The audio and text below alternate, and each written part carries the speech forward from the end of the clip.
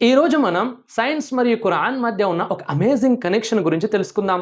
సాధారణంగా ఏదైనా ఒక జంతువు చనిపోయి భూమిలో పూడుకుపోయినప్పుడు కాలక్రమేణా అది భూమిలో చాలా లోతుగా వెళ్ళిపోతుంది.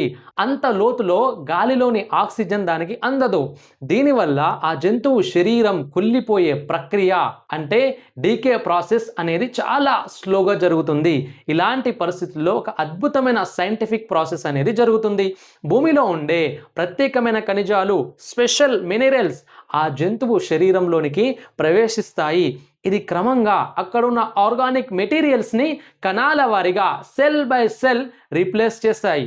ఈ ప్రాసెస్ వల్ల ఆ జంతువు శరీరం పూర్తిగా రాయిలా మారిపోతుంది. దీనినే సైన్స్లో ఫాసిలైజేషన్ అంటారు. ఇంకా విచిత్రం ఏమిటంటే కొన్ని ఫాసిల్స్ ఐరన్ పైరైట్ లేదా ఇతర ఇనుప ఖనిజాలుగా మారుతాయి. ఈ స్పెషల్ ప్రాసెస్ని సైన్స్లో పైరైటైజేషన్ అంటారు. ఇందులో జంతువుల ఎముకల స్థానంలో ఐరన్ FeS2 అంటే ఇనుము ఏర్పడుతుంది. ఇది సైన్స్ నిరూపించిన బలమైన ఎవిడెన్స్. ఇప్పుడు దీనికి సంబంధించిన ఖురాన్ ఎవిడెన్స్ చూద్దాం. 1400 సంవత్సరాల క్రితమే ఖురాన్లో సూరా అల్ ఇస్రా చాప్టర్ 17 ఆయత్ 49 to 50లో దీని గురించి స్పష్టంగా చెప్పబడింది.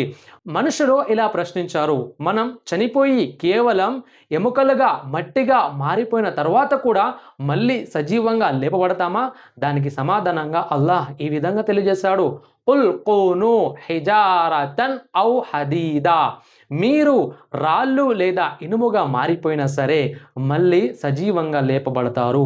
అల్లాహు అక్బర్. చూసారుగా ఫ్రెండ్స్, చనిపోయిన జీవుల శరీరాలు కాలక్రమేణాగా రాళ్ళుగా, స్టోన్స్గా లేదా ఇనుముగా, ఐరన్గా మారిపోతాయనే ఈ మోడర్న్ సైన్స్ నిజం ఖురాన్లో ఎప్పుడో చెప్పబడింది.